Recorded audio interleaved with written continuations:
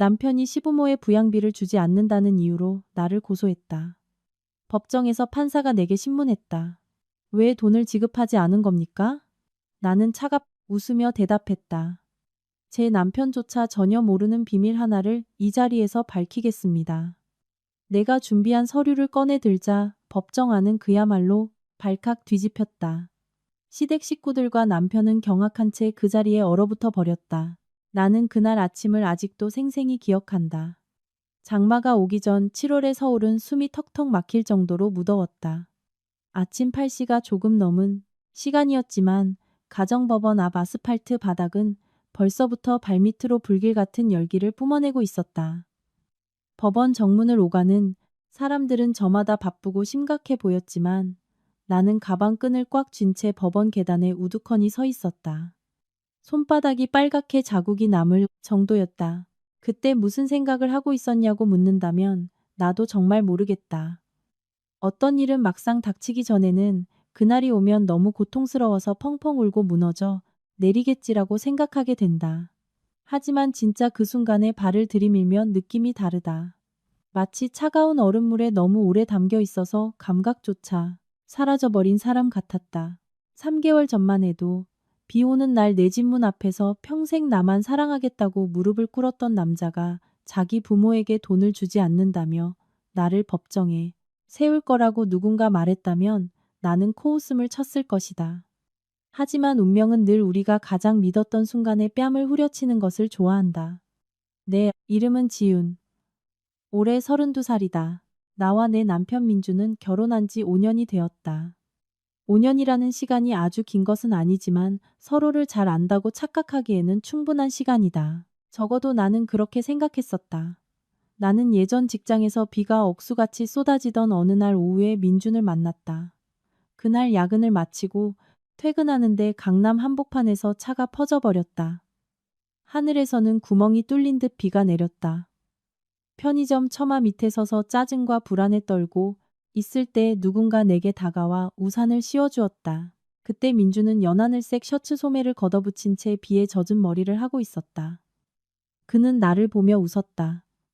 괜찮으시다면 제가 한번 봐드릴까요? 솔직히 말해서 그때 나는 그를 믿지 않았다. 길 한복판에서 낯선 사람이 갑자기 호의를 베푸는데 경계하지 않을 사람이 어디 있겠는가. 하지만 불과 몇 분 뒤 차의 시동이 다시 걸렸다. 그가 웃으며 다 됐다고 하자 나는 얼마를 드리면 될까요? 라고 물었다. 그는 몇 초간 멍하니 있더니 크게 소리내어 웃었다. 제가 그렇게 자동차 정비공처럼 생겼나요? 그 순간 나도 모르게 웃음이 터졌다. 아마도 그 미소에서 모든 것이 시작되었을 것이다. 민주는 부자가 아니었다. 그의 집안도 지극히 평범했다. 아버지는 평호, 어머니는 화영이었다. 두 분은 꽤 검소하게 살았다. 내가 처음 인사하러 간 날 시어머니는 내 손을 꼭 잡고 말했다. 우리 집이 형편은 넉넉지 않지만 널 내 친딸처럼 아껴주마 약속하마. 그땐 정말 감동했다. 좋은 가족을 만났다고 내가 운이 좋다고 생각했다. 결혼식 날 친정 부모님은 강서구에 있는 27평짜리 아파트를 내게 사주셨다. 아주 큰 집은 아니지만 부모님의 평생 모은 재산이었다. 그날 엄마는 나를 구석으로 끌고 가 조용히 말씀하셨다. 지훈아, 이 집 명의는 내 이름으로 해두었다. 나는 놀라서 물었다. 왜요, 엄마? 엄마는 나를 한참 바라보시더니 대답하셨다. 누굴 경계하라는 게 아니야. 여자는 자기 자신을 위해 퇴로 하나쯤은 남겨두어야 하는 법이란다. 그때 나는 웃으며 민준이는 그런 사람 아니에요 라고 했다. 엄마는 그저 한숨만 쉬셨다. 돌이켜보면 어른들은 우리보다 많은 풍파를 겪었고 우리가 보지 못하는 것들을 본다는 것을 이제야 깨닫는다. 결혼 후 2년 동안 나의 삶은 꽤 평화로웠다. 나는 건설회사 회계팀에서 일했고 민주는 영업관리직이었다. 둘의 수입을 합치면 한 달에 700만 원 정도 되었다. 부자는 아니어도 먹고 살기엔 충분했다. 나는 가정을 살뜰히 돌보았다. 공과금과 식비는 내가 냈고 양가, 친척들의 선물도 내가 챙겼다. 시부모님이 아프실 때 병원비의 대부분도 내 주머니에서 나갔다. 그들은 내 가족이니까 한 번도 계산적으로 굴지 않았다. 가족끼리는 계산하는 게 아니라고 믿었다. 하지만 3년 전 아주 사소한 일에서부터 모든 것이 변하기 시작했다. 그날 시아버지가 담낭 절제 수술을 위해 대학병원에 입원했다. 의사는 수혈에 대비해 가족의 혈액 검사가 필요하다고 했다. 민준이 바로 나섰다. 아버지랑 제 혈액형은 같을 테니까요. 나는 검사 결과를 들고 있던 의사의 표정을 아직도 뚜렷이 기억한다. 그는 민준을 한 번 보고 시아버지를 한 번 보더니 미간을 찌푸리며 다시 물었다. 본인이 친아들 맞습니까? 민준은 웃으며 선생님 농담도 참 잘하시네요 라고 했다. 의사는 웃지 않았다. 그저 결과지를 빤히 보더니 아닙니다. 별일 아닙니다 라고 얼버무렸다. 이야기는 거기서 끝났어야 했다. 하지만 이상하게도 그 한마디가 계속 내 머릿속을 맴돌았다. 나는 신경을 쓰기 시작했고 곧 아주 기묘한 사실을 발견했다. 민준의 혈액형은 O형이었다. 반면 그의 부모님은 두 분 다 AB형이었다. 처음엔 내가 잘못 기억한 줄 알았다. 시가에 가서 가족들의 옛날 건강검진 기록까지 몰래 찾아보았다. 틀림없었다. 나는 회사 컴퓨터 앞에 앉아 1시간 가까이 멍하니 있었다. 심장이 갈수록 미친 듯이 뛰었다. AB형 부모 사이에서는 O형 자식이 태어날 수 없다. 모니터를 한참 응시하다가 문득 등골이 서늘해지는 것을 느꼈다. 한번 의심이 싹 트면 예전으로 돌아갈 수 없는 일들이 있다. 그리고 나는 훗날까지도 그것이 옳은 일인지 그른 일인지 알 수 없는 행동을 하기 시작했다. 바로 진실을 쫓기 시작한 것이다. 그날 밤, 옆에서 곤히 잠든 민준을 침대 가장자리에 앉아 한참 동안 내려다보았다. 연노란색 수면등 불빛이 내가 5년간 사랑해온 남자의 얼굴을 비추고 있었다. 그는 깊이 잠들어 있었고 그 순간부터 무시무시한 비밀이 열리기 시작했다는 사실을 전혀 알지 못했다. 나 역시 그때는 내가 찾아낼 진실이 내 결혼 생활을 파탄내는 것을 넘어 30년간 묻혀있던 엄청난 비밀을 끌어낼 줄은 상상조차 하지 못했다. 다음 날 아침 창문을 뚫고 들어온 햇살이 거실 천장에 옅은 금빛 무늬를 수놓았다. 나는 일찍 눈을 떴지만 두 눈을 꼭 감은 채 법정에서 있었던 일 때문에 여전히 미친 듯이 뛰는 심장을 진정시키고 있었다. 1층 카페에서 은은하게 올라오는 커피 향은 3년 전 민준의 혈액형이 부모와 일치하지 않는다는 걸 처음 알았을 때의 그 아침을 떠오르게 했다. 두려움과 의심은 여전했지만 이제는 단호한 결심이 그 자리를 대신하고 있었다. 나는 커튼을 거칠게 걷어치우고 거리를 내려다보았다. 출근하는 사람들, 아이를 학교에 데려다주는 부모들, 저 아래 붐비는 거리의 사람들은 법원, 계단 위 이 가정의 삶을 뒤흔든 비밀에 대해 아무것도 모른 채 흘러가고 있었다. 나는 숨을 깊게 들이마시며 스스로에게 속삭였다. 지훈아, 오늘은 마무리를 지어야 해. 진실은 밝혀져야만 해. 휴대폰이 울렸다. 화면에 민준의 이름이 떴지만 서둘러 받지 않았다. 지금 그가 보내는 문자, 걸려오는 전화 하나하나가 두려우면서도 간절했다. 다음에 무슨 말을 해야 할지 몰라 두려웠고 내가 그동안 얼마나 참아왔는지 그가 알아주길 바라는 마음에 간절했다. 나는 한숨을 쉬며 전화를 끊고 폰을 옆에 두었다. 화면에는 민준의 문자가 산더미처럼 쌓여갔다. 나는 방으로 들어가 지난 3년간 소중히 간직해온 서류와 사진들을 캐비닛에서 꺼냈다. 부모와 전혀 닮지 않은 민준의 어린 시절 사진들, 조작된 출생증명서와 낡은 의료 기록들. 이 모든 것이 철제 상자 안에 가지런히 정리되어 있었다. 이 모든 것을 세상 밖으로 꺼내야 한다는 생각에 긴장감이 몰려왔다. 이번에는 법정에서뿐만 아니라 내가 한때 온 마음을 다해 믿었던 민준 앞에서도 밝혀야 했다. 가벼운 노크 소리에 나는 깜짝 놀랐다. 문을 열어보니 민준이 피곤하고 두려운 눈빛으로 작은 가방을 든 채 서 있었다. 그는 목이 맨 목소리로 말했다. 지훈아, 우리 얘기 좀 한번은. 나는 심호흡을 한 뒤 고개를 끄덕이며 그를 집 안으로 들였다. 그가 한 걸음씩 다가올 때마다 5년의 결혼 생활, 3년의 비밀이 20평 남짓한 것일 공간을 짓누르는 듯한 중압감이 느껴졌다. 나는 탁자 위에 철제 상자를 올려놓고 그의 눈앞에서 천천히 내용물을 꺼냈다. 민준 씨, 이게 진실이야. 지난 3년, 민준 씨, 이게 진실이야. 지난 3년 동안 당신의 친부모가 아니야. 내 목소리는 차분했지만 심장은 가슴 밖으로 튀어나올 것 같았다. 그는 할 말을 잃은 채 눈을 동그랗게 뜨고 그 자리에 굳어버렸다.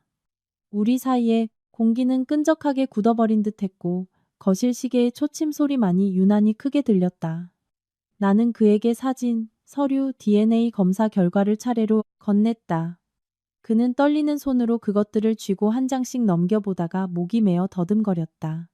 어떻게? 왜 이런 일이? 엄마, 아버지가, 왜?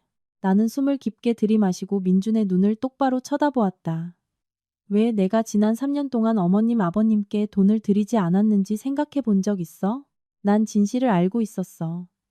하지만 당신이 상처받고 고통스러울까봐 아무 말도 할 수 없었어. 난 당신을 지키기 위해 송금을 멈췄던 거야. 그런데 그 사람들은 끊임없이 우릴 조종하고 당신이 나를 의심하게 만들고 결국 우리 사이를 갈라놓았지. 민주는 덜덜 떨며 두 손으로 머리를 감싸쥐었다. 그는 비틀거리며 내게 다가와 이것이 사실인지 재차 확인하려 했다. 나는 그의 눈에서 흐르는 눈물을 보았다. 평생을 속고 살아온 사람의 절망과 고통이 뒤섞인 눈물이었다. 나는 한숨을 내쉬며 그의 손을 잡았다. 민준 씨, 날 믿어. 내가 한 모든 일은 당신을 위한 거였어. 당신을 잃고 싶지 않았지만 진실은 꼭 밝혀져야만 했어. 당신은 30년 동안 거짓 속에 살았지만 오늘부터는 당신이 누구인지 알 권리가 있어. 우리는 식탁에 마주 앉아 낡은 편지와 서류들을 펼쳤다.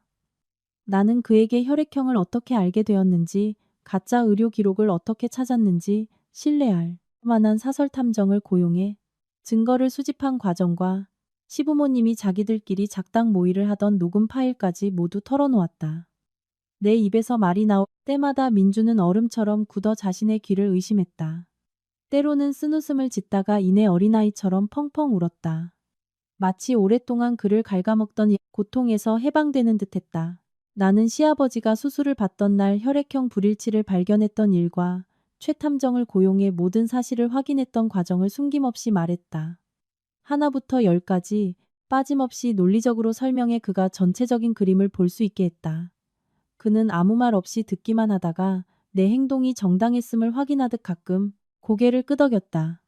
나는 그가 분노, 혼란, 슬픔, 그리고 마침내 진실을 알게 되었다는 묘한 안도감 등 복잡한 감정과 싸우고 있다는 것을 알았다. 우리는 지난 3년간의 일들을 하나씩 짚어보았다. 긴장으로 가득했던 나날들, 시어머니의 끊임없는 돈 요구, 가족들의 압박, 그리고 그가 내가 자기를 버렸다고 오해했을 때 내가 남몰래 지원했던 돈의 흔적들.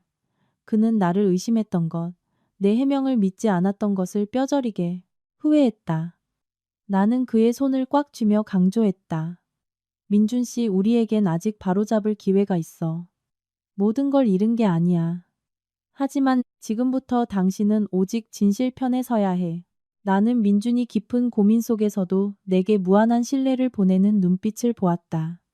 그는 한참을 침묵하다 터져나오듯 말했다. 지윤아, 내 말이 맞았어.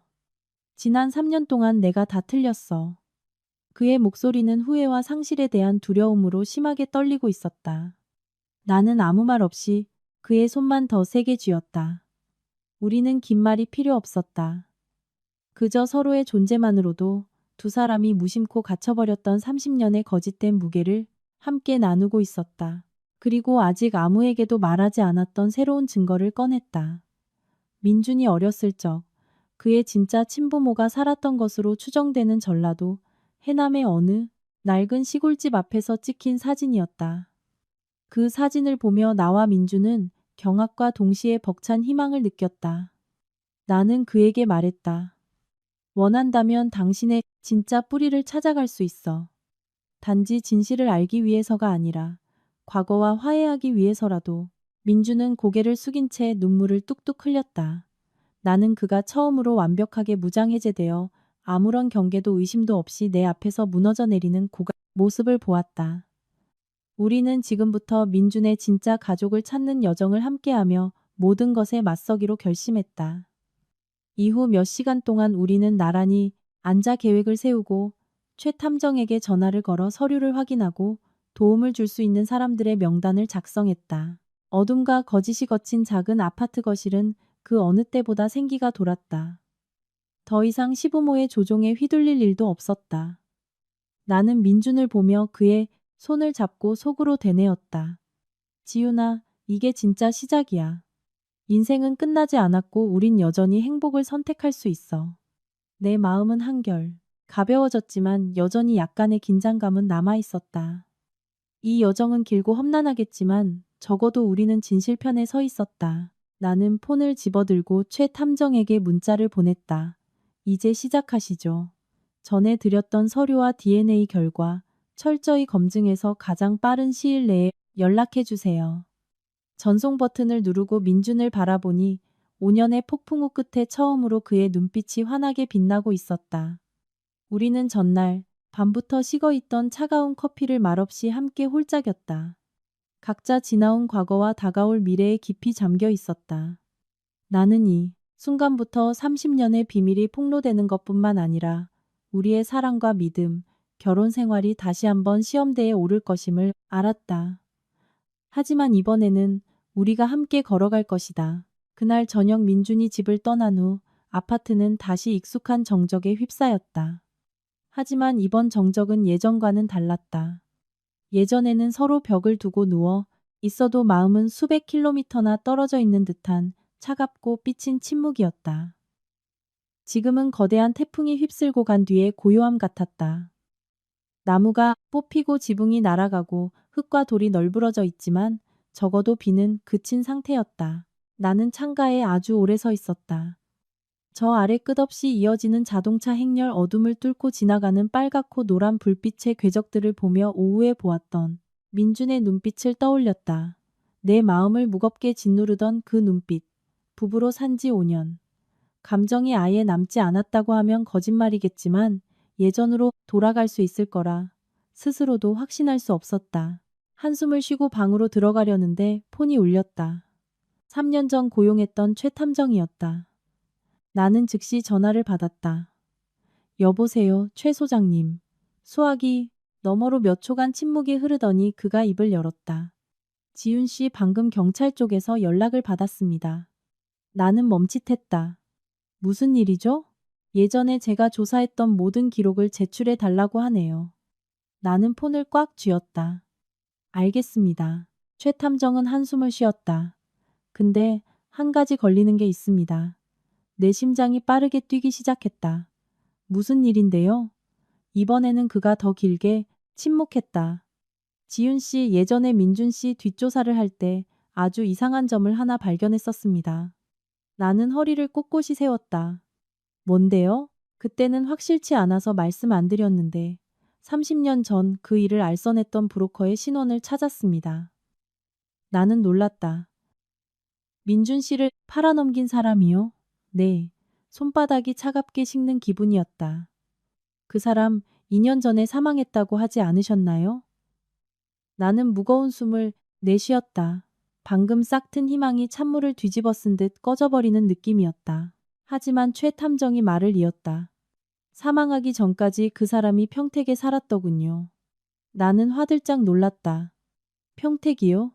네, 최 탐정의 목소리가 낮아졌다. 이상한 건 30여 년 전 바로 그 평택 일대에서 아주 거대한 아동 연쇄 실종 사건이 있었다는 겁니다. 나는 얼어붙었다. 연쇄 실종이요? 맞습니다. 2달 사이에 아이 3명이 납치됐죠. 내 목이 바싹 말랐다. 소장님, 진짜인가요? 민준 씨가 그 사건과 관련이 있는지 100% 확신할 순 없지만 나이대가 소름 끼치게 맞아떨어집니다. 네, 머릿속이 엉키기 시작했다. 30년 전 실종 사건, 민준의 나이는 올해 30. 나는 의자에 털썩 주저앉았다. 최 탐정이 덧붙였다.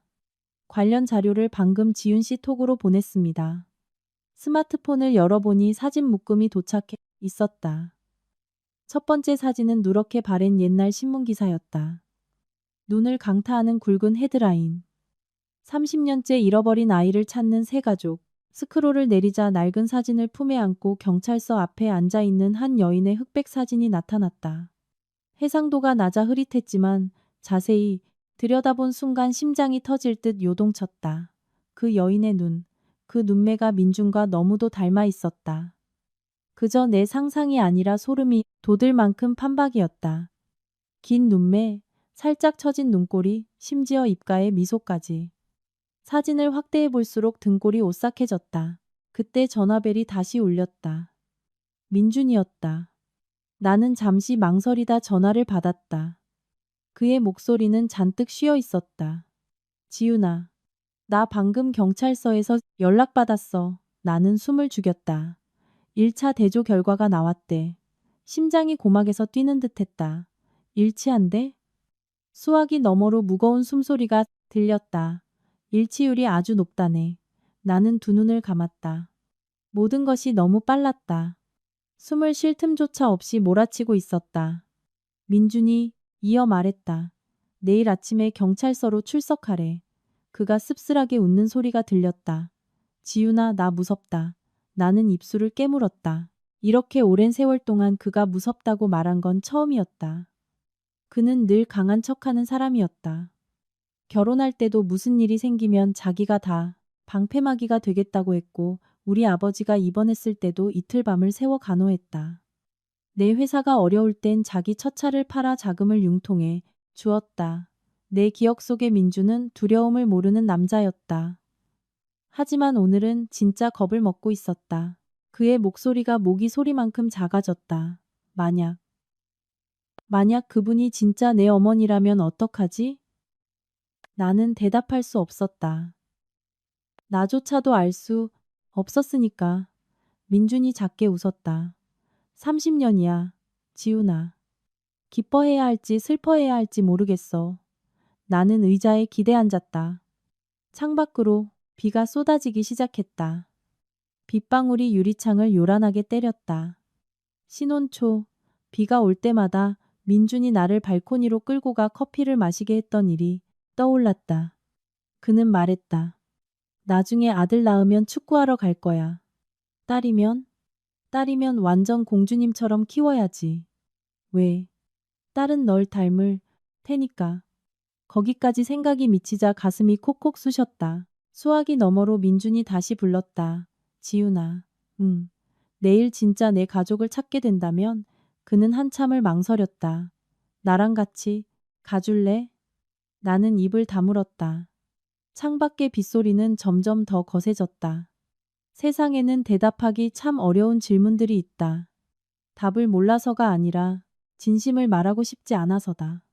우리가 아직 부부인지, 이혼을 앞둔 남남인지, 아니면 그저 한때 열렬히 사랑했던 두 사람일 뿐인지 나조차 헷갈렸다. 나는 눈을 감고 조용히 대답했다. 내일 아침에 나 데리러 와. 수화기 너머로 잠시 정적이 흐르더니 그의 목이 맨 소리가 들렸다. 알았어. 전화를 끊고 나는 어둠 속에 아주 오래 앉아 있었다. 불도 켜지 않고 TV도 켜지 않은 채 유리창 너머로 쏟아지는 비만 바라보았다. 거대한 문 하나가 열린 느낌이었다. 그리고 그 문 뒤에는 민준의 출생의 비밀뿐만 아니라 우리를 기다리는 또 다른 무서운 진실이 도사리고 있었다. 탐정조차 차마 다 말하지 못한 비밀. 전화를 끊기 전 그가 남긴 마지막 말이 귓가에 맴돌았다. 지훈 씨 방금 기억난 건데. 그 시절에 민준 씨 말고 같은 날 실종된 아이가 한 명 더 있었던 것 같습니다. 나는 얼어붙었고 까닭 모를 서늘함이 온몸을 휘감았다.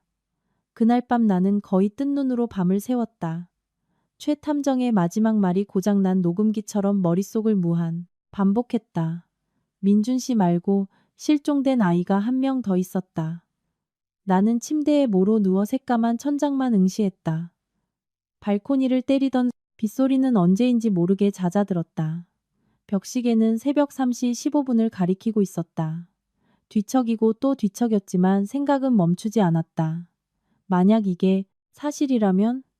민준이 유일하게 납치된 아이가 아니라면 30년 전 대체 무슨 일이 있었던 걸까? 그리고 무엇보다 나를 불안하게 만든 것은 왜 그 브로커는 종적을 감췄을까? 옛날 기록들은 왜 흔적조차 남지 않았을까? 30년 동안 왜 아무도 민준을 찾지 못했을까? 생각할수록 내가 짐작했 것보다 훨씬 더 끔찍하고 복잡한 일이라는 예감이 들었다. 아침 6시쯤 전화벨이 울렸다. 민준이었다. 그의 쉰 목소리가 들렸다. 지훈아, 나 지금 집 앞이야. 나는 벌떡 일어났다. 벌써? 한숨도 안 잤어?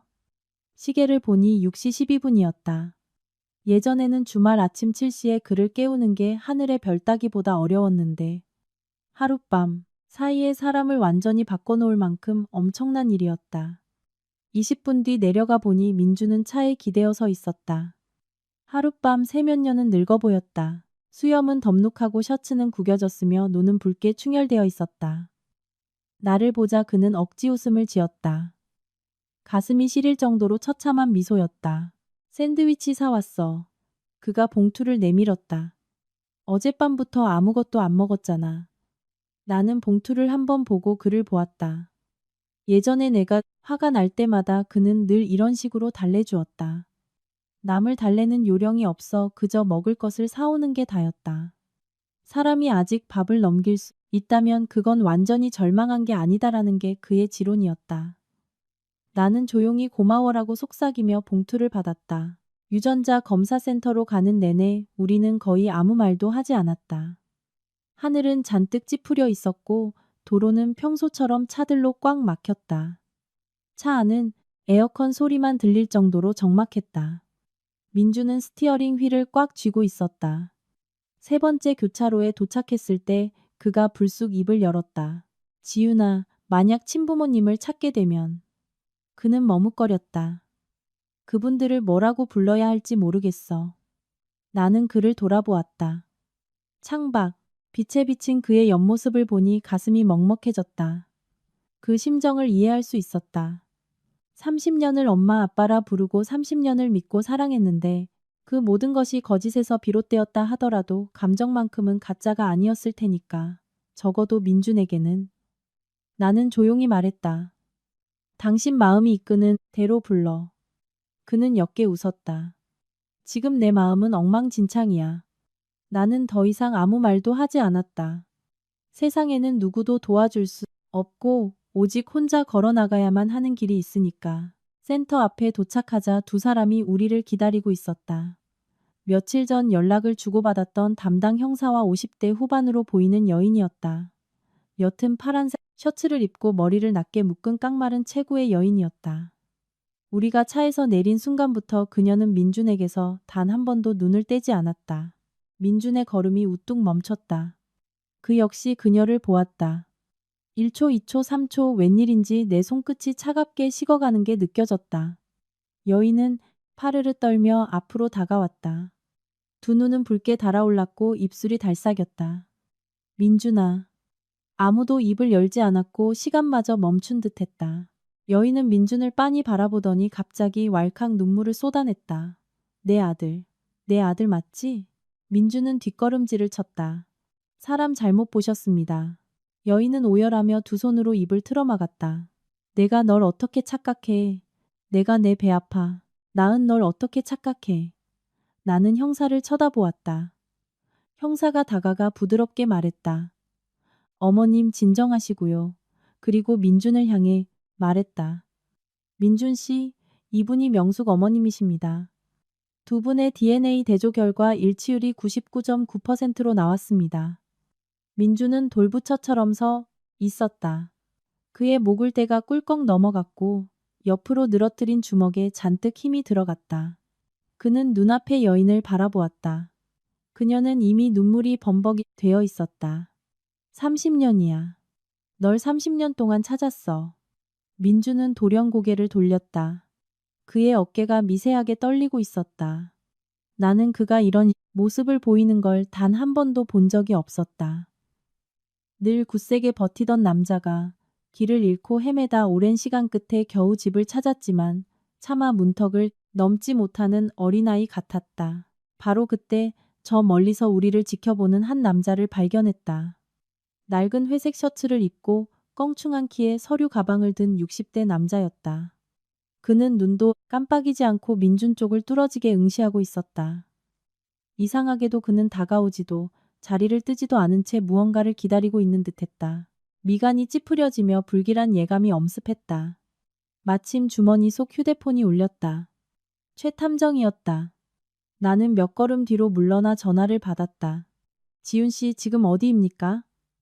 수화기 넘어 목소리가 너무 다급해 심장이 덜컥 내려앉았다. 저 지금 유전자 센터 앞인데요. 내 말 잘 들어요. 최탐정의 목소리가 심하게 떨렸다. 민준 씨가 절대 60대 회색 셔츠 입은 남자와 마주치게 해선 안 됩니다. 나는 얼어붙어 천천히 고개를 돌렸다. 저 멀리 있는 남자는 회색 셔츠를 입고 있었다. 등골이 오싹해졌다. 소장님, 어떻게 아셨어요? 최 탐정이 목소리를 낮췄다. 방금 과거 사진을 대조해서 확인했습니다. 그자가 바로 30년 전 그 브로커입니다. 핏기가 싹 가시는 느낌이었다.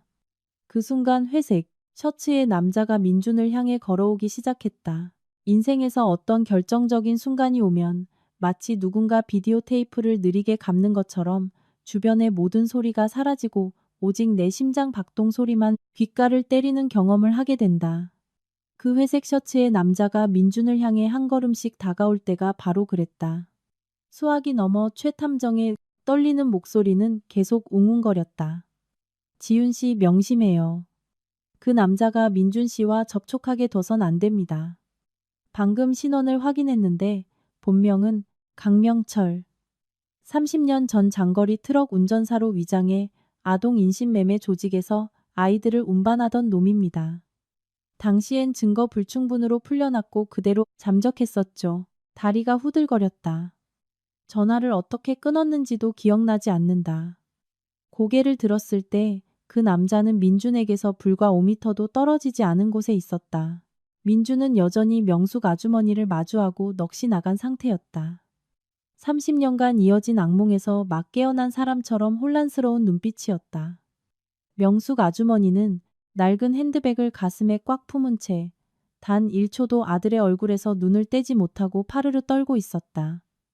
회색 셔츠의 남자는 아주 느릿하게 다가왔다. 그의 얼굴에는 기묘한 미소가 번져 있었다. 험악해서가 아니라 너무나 평온해서 더 소름 끼치는 미소였다. 30년 동안 땅속 깊이 파묻혀 있던 비밀의 당사자가 지을 법한 표정이 아니었다. 나는 반사적으로 민준을 향해 달려갔다. 민준 씨. 내 목소리가 생각보다 커서 주변 사람 모두가 깜짝 놀라 돌아보았다. 민준이 나를 쳐다보았다. 지훈아. 나는 본능적으로 그의 팔을 잡아당겨 뒤로 물러서게 했다. 남자가 걸음을 멈췄다. 그는 나를 보았다. 그가 나를 훑어보는 단 몇 초 동안 내 등줄기에는 식은땀이 흘렀다. 놀란 기색 하나 없는 그 눈빛은 마치 내가 누구인지, 내가 이곳에 나타날 것인지 이 모든 상황을 꿰뚫어보고 있는 듯했다. 형사가 즉시 앞으로 나섰다.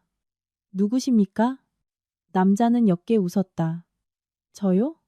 그는 주머니에서 구겨진 담뱃갑을 꺼냈지만 불은 붙이지 않은 채 손에 쥐고 민준을 쳐다보았다. 그냥 구경 좀 하러 왔습니다. 민준이 미간을 찌푸렸다. 뭘 구경한다는 겁니까? 남자는 민준을 똑바로 응시했다. 옛날 그 코흘리개가 커서 어떤 꼴이 됐나 보려고. 순간 명숙 아주머니가 헉하고 숨을 들이켜는 소리가 들렸다. 민준은 뻣뻣하게 굳었고 공기는 차갑게 얼어붙었다. 형사가 곧장 캐물었다. 민준 씨를 아십니까? 남자는 웃었다. 본 적 있죠, 30년 전에. 나는 내 손이 얼음장처럼 차가워진 것을 느꼈다. 민준이 남자를 바라보는 눈빛이 달라지기 시작했다. 그게 무슨 소립니까? 남자는 하늘을 보며 아주 먼 옛날을 회상하듯 한숨을 쉬었다. 그땐 넌 아주 꼬마였지. 겨우 돌 지난 녀석이 어찌나 울어대던지. 민준의 동공이 지진을 일으켰다. 당신. 그가 더듬거렸다. 남자는 일정한 톤으로 말을 이었다. 오늘처럼 비가 억수같이 쏟아지는 날이었지. 어떤 여자가 트럭 뒤를 쫓아오며 미친 듯이 울부짖다가 실신했어. 명숙 아주머니가 비틀거리자 형사가 황급히 부축했다. 민준의 얼굴은 하얗게 질려 있었다. 당신, 도대체 누구야? 남자는 그를 보며 차갑게 미소 지었다. 내가 널 트럭에 태운 사람이다. 등 뒤에서 누군가 헉하고 숨을 들이쉬는 소리가 또렷하게 들렸다. 민주는 벼락이라도 맞은 듯 꼼짝도 하지 못했다. 온몸의 힘이 푹 빠져나간 듯했다. 나는 그렇게 절망적인 눈빛을 본 적이 없다. 단순히 고통스러운 수준이 아니라 단단한 땅 위에 서 있던 사람을 천길 낭떠러지로 밀어버렸을 때의 표정이었다. 나는 민준의 손을 꽉 잡았다. 남자는 우리를 보며 고개를 저으며 웃었다. 그렇게 노려보지 마. 난 그저 돈 받고 시키는 대로 한 놈일 뿐이니까. 형사가 곧바로 다가섰다. 서로 동행해 주셔야겠습니다. 남자는 여유롭게 웃었다. 알지, 당신들이 언젠가는 날 찾아낼 거라는 걸. 그는 저항하거나 도망치려는 기색도 없이 담담하게 두 손을 내밀었다. 그 기이한 평온함이 나를 더욱 불안하게 만들었다. 연행되기 직전 그가 갑자기 고개를 돌려 민준을 쳐다보았다. 이번에는 차가운 눈빛이 아니라 무언가 복잡 미묘한 감정이 서려 있었다. 그때 말이야, 그가 몇 초 뜸을 들였다. 트럭에 너 혼자만 있었던 게 아니었어. 민준이 획 고개를 들었다. 뭐라고? 남자는 픽 웃었다. 그날 차 안엔 꼬마가 하나 더 있었지. 심장이 덜컥 내려앉았다. 또 다른 아이라니. 남자는 민준을 직시했다. 아마 내 누나였을 거다. 세상이 빙글빙글 도는 것 같았다. 명숙 아주머니가 오열하는 소리, 민준의 거친 숨소리, 내 심장이 미친 듯이 뛰는 소리가 귀를 때렸다. 하지만 그 순간 내 머릿속을 채운 단 하나의 생각은 이것이었다. 저 남자의 말이 사실이라면, 민준에게 누나가 있다면, 지난 30년 동안 그녀는 대체 어디에 있었던 거지? 살아는 있는 걸까? 아니면 이미. 차마 그 너머는 상상할 수 없었다. 민준은 한참을 멍하니 서 있다가 붉게 충혈된 눈으로 갑자기 그 남자에게 달려들었다. 거기서 그가 짐승처럼 울부짖었다. 남자가 발걸음을 멈췄다. 민준은 그의 멱살을 움켜쥐었다. 똑바로 말해. 내 누나 어딨어? 어딨냐고. 남자는 무섭도록 침착한 눈으로 그를 보았다. 아주 느릿하게 그가 입을 열었다. 알고 싶나? 알고 싶으면 내 진짜 부모에게 물어봐. 그 말을 남기고 그는 소름 끼치는 미소를 지었다. 그 순간 나는 깨달았다. 네 부모란 평호와 화영, 즉 양부모를 뜻하는 게 아니라 진짜 친부모를 뜻한다는 것을. 그제야 고개를 돌려 명숙 아주머니를 보았을 때 그녀의 얼굴은 처음 만났을 때보다 더 하얗게 질려 있었다. 강명철이 형사들에게 이끌려 떠난 후에도 민주는 붐비는 거리 한복판에서 그의 뒷모습이 완전히 사라질 때까지 핏발선 눈으로 멍하니 서 있었다. 네, 가슴은 금방이라도 터져버릴 듯 조여왔다. 공포, 불안, 방금 알게 된 충격적인 사실까지 너무 많은 감정이 한꺼번에 밀려왔기 때문이다. 30년간 철저히 은폐되었던 진실이 드디어 수면 위로 모습을 드러낸 것이다. 나는 민준이 얼마나 치열하게 내적 갈등을 겪고 있는지 똑똑히 느낄 수 있었다. 억눌린 감정, 의심, 절망, 그리고 한 줄기 희망이 뒤엉켜 있었다. 지금 그의 눈앞에 있는 것은 내내 믿어왔던 세상이 산산조각 나는 광경이었다. 나는 시간이 흐를수록 민준이 잃어버린 유년 시절, 빼앗긴 시간, 거짓으로 점철된 30년의 세월을 온몸으로 다시 앓고 있다는 것을 알았다. 나는 그의 어깨에 손을 얹고 부드럽게 불렀다. 민준 씨 괜찮아? 그는 나를 쳐다보았다. 속눈썹이 파르르 떨리고 있었다. 믿고 싶으면서도 두려운, 분노하면서도 한없이 공허해 차마 말이 나오지 않는 복잡한 눈빛이었다. 마치 세상의 모든 짐을 홀로 짊어진 사람처럼 그가 한숨을 내쉬었다. 손등으로 눈물을 훔치며 그가 말했다.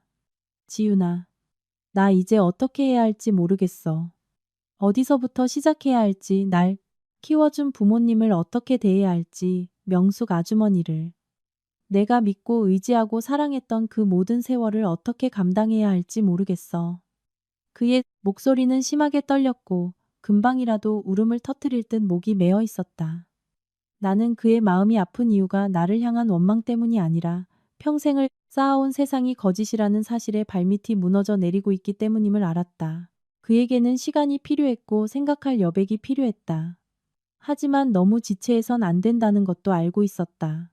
저기 서 있는 여인 명숙 아주머니는 자기 친아들이 눈앞에 있다는 사실, 30년의 피눈물 나는 탐색이 마침내 이곳에 닿았다는 사실, 그리고 더 이상 진실을 숨길 수 없다는 사실을 완전히 직면하지 못하고 있었으니까 거리의 차 소리와 행인들의 웅성거림만 들릴 뿐 우리는 한참 동안 묵묵히 서 있었다. 돌연 민준이 내 손을 덥석 잡고 자기 쪽으로 끌어당기며 낮게 말했다. 지윤아, 아주머니 댁으로 가야겠어. 모든 걸 밝혀야 해. 내가 누구인지, 내가 당신 아들이 맞는지, 지금 내 모습이 어떤지 전부 보셔야 해. 나는 아무 말 없이 고개를 끄덕였다. 지금 그에게는 내가 버팀목이자 동반자로서 필요하다는 걸 알았다. 나 역시 이 고통의 세월을 함께 극복하고 그동안 숨겨져 온 진실과 마주하기 위해 그가 필요했다. 내 안에서 무언가 강렬한 결심이 솟구쳤다. 과거의 두려움에 짓눌릴 수만은 없었다. 민준과 아주머니 모두가 최후의 답을 얻을 수 있도록 직접 부딪히고 해결해야만 했다. 우리는 나란히 택시에 올라탔다. 민준은 내 옆자리에 앉아 말없이 창밖만 바라보았다.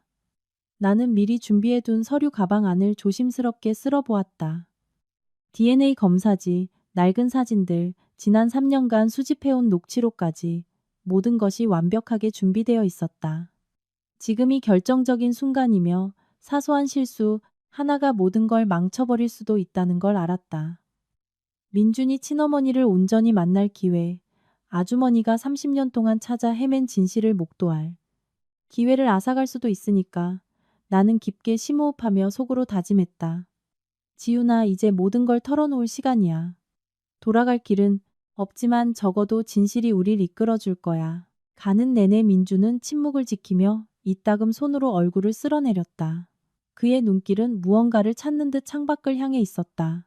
나는 그가 봉인되어 있던 기억의 파편들, 양부모에게서 들었던 거짓말들을 되짚어보고 있음을 알았다. 그 거짓말들은 그가 나를 의심하게 만들었고 자기가 가족이라는 세상 안에서 철저히 외롭고 동떨어진 존재라고 느끼게 했었다. 나는 그의 눈시울이 다시 붉어지는 것을 보았다. 분노나 원망 때문이 아니라 뼛속 깊 스며드는 지독한 외로움 때문이었다. 30년의 기다림 끝에 마침내 터널 끝 미세한 빛을 보았기 때문이리라. 나는 그의 손을 꽉 잡으며 내가 여기 있다고, 여전히 당신 곁에서 믿고 사랑하고 있다고 무언으로 속삭였다. 우리는 서울 외곽에 있는 명숙 아주머니의 낡은 다세대 주택에 도착했다. 화려하진 않았지만 깔끔하고 사람 사는 온기가 묻어나는 집이었다. 문을 열고 들어가자 아주머니는 경이로움과 약간의 두려움이 섞인 눈빛으로 우리를 쳐다보았다. 그녀는 낡은 핸드백을 꽉 쥔 채 우뚝 서 있었고 눈가엔 이미 눈물이 고여 있었다. 민준이 허리를 꼿꼿이 펴고 낮게 잠긴 목소리로 입을 열었다. 어머니, 제가 민준입니다. 어머니 아들. 짧지만 무겁게 짓누르는 침묵이 흘렀다. 숨막히는 긴장감 속에서 세 사람의 심장 뛰는 소리만이 요란했다. 나는 이 순간이 모든 것을 뒤바꿔 놓을 이정표가 될 것임을 알았다. 30년의 기다림, 30년의 고통. 이제 진실이 모습을 드러내고 끊어졌던 천륜이 다시 이어질 단 한 걸음만이 남아 있었다. 아주머니가 부들부들 떨리는 목소리로 더듬거렸다. 민준아, 네가 정말 내 아들이니? 정말 내 새끼 맞아? 민준은 고개를 끄덕였다. 그의 볼을 타고 흘러내린 눈물이 아주머니의 주름진 손등에 떨어졌다. 그가 나를 올려다보며 눈물을 글썽였다. 지훈아, 고마워. 늘 내 곁에 있어줘서. 이 비밀을 간직해주고 내가 진실을 알 수 있게 기회를 줘서 정말 고마워. 나는 미소 지었다. 내 마음속에도 헤아릴 수 없이 복잡한 감정들이 일렁였다. 안도감, 감격, 행복, 그리고 앞으로 다가올 일들에 대한 두려움. 아직 이야기는 끝나지 않았고 희망과 시련이 공존하는 새로운 장이 열렸을 뿐이니까. 사랑과 진실, 그리고 용기가 계속해서 시험받게 될 터였다. 하지만 모두가 함께 마주 앉아 모든 것을 털어놓고 직면할 때 비로소 묵은 상처가 치유되고 모든 비밀이 마침내 마땅히 받아야 할 따뜻하고 인간적인 결말을 맺을 수 있다고 굳게 믿었다. 수십 년을 상상하며 머릿속으로 수만 가지 인사를 준비해도 막상 그 운명적인 재회의 순간이 오면 사람들은 고통스러울 정도로 아무 말도 하지 못한다. 터질 듯한 감정이 목구멍을 콱 틀어막기 때문이다. 지금 민준이 딱 그랬다. 그는 명숙 아주머니 앞에 서서 몇 번이나 입술을 달싹였지만 끝내 아무 소리도 내지 못했다. 아주머니 역시 현관에 얼어붙은 채 낡은 가방을 쥔 손을 덜덜 떨며 그를 바라보고 있었다. 눈을 한 번 깜빡이면 이 모든 게 신기루처럼 사라질까 두려운 눈빛이었다. 나는 그들 사이에 끼어들지 않고 가만히 서 있었다. 세상에는 누구도 대신 채워줄 수 없는 거리감이 존재한다. 30년 동안 아이를 찾아 헤맨 어머니와 엄마라는 단어조차 제대로 불러본 적 없이 길을 잃었던 아들 사이의 그 아득한 간극처럼 말이다. 아주머니가 민준의 얼굴을 만지려 손을 뻗었다가 허공에 멈췄다. 혹여 닿는 순간 이 모든 게 상상임이 밝혀질까봐 그 뒤에 몰려올 절망이 너무 클까봐 두려워하는 동작이었다. 민준은 아주머니를, 아주머니는 민준을 한참 바라보았다. 돌연 아주머니가 통곡하기 시작했다. 시장 한복판에서 억울해서 우는 울음이나 부부싸움 끝에 터지는 울음과는 달랐다. 너무 오래 뼛속까지 꾹꾹 짓눌러왔던 슬픔이 터져나와 오직 처절한 떨림만이 남은 그런 오열이었다. 내 새끼.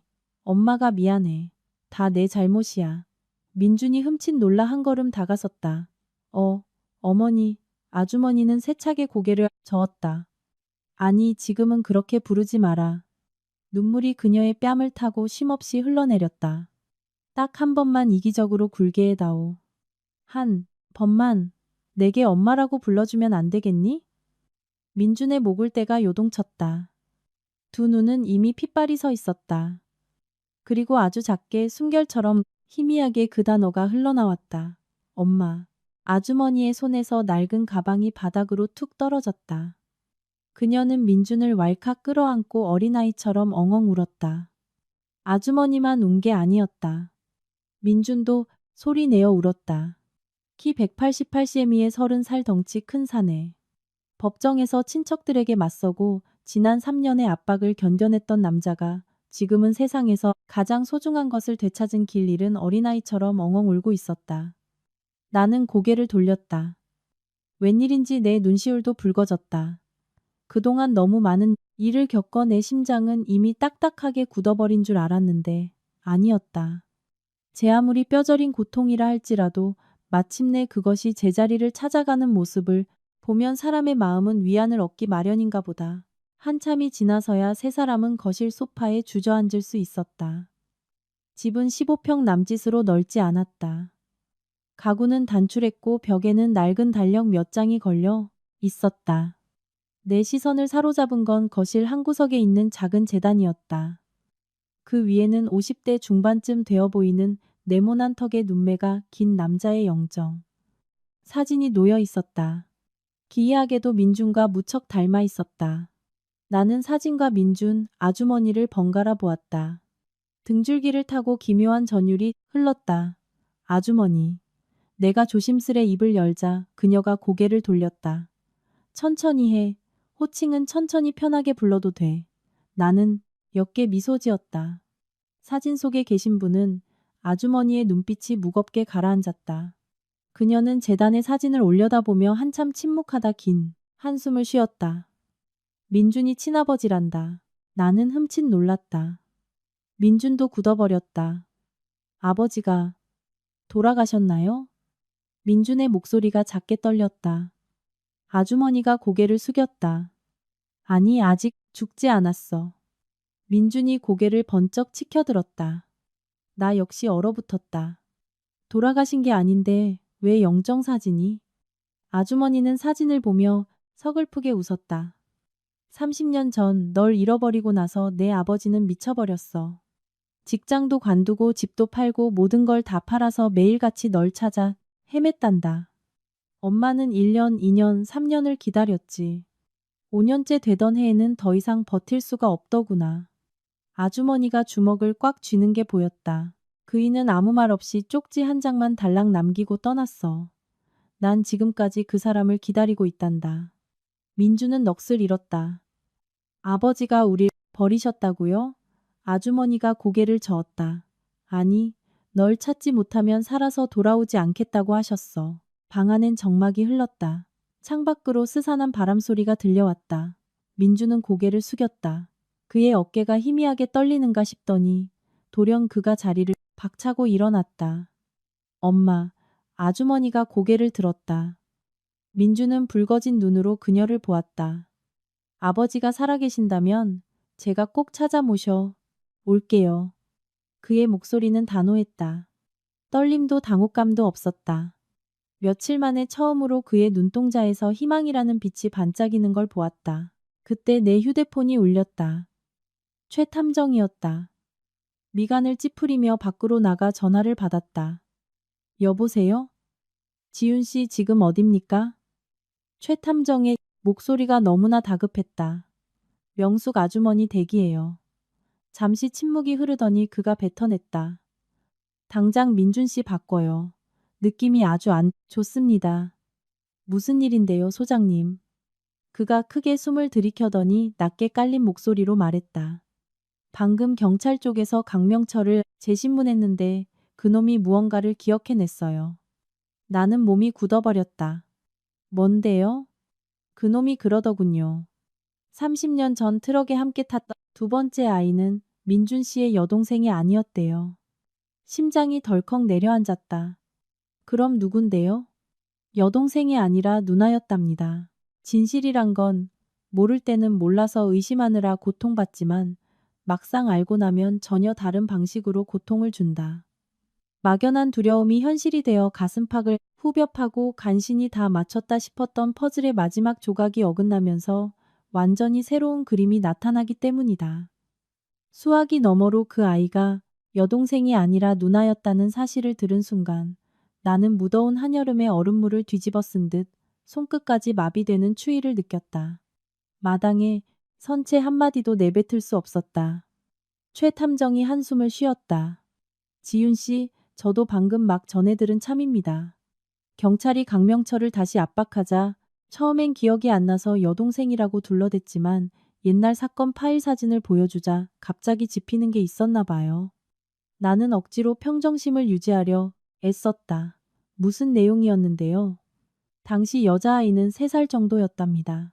3살이요? 나는 폰을 쥔 손에 힘을 주었다.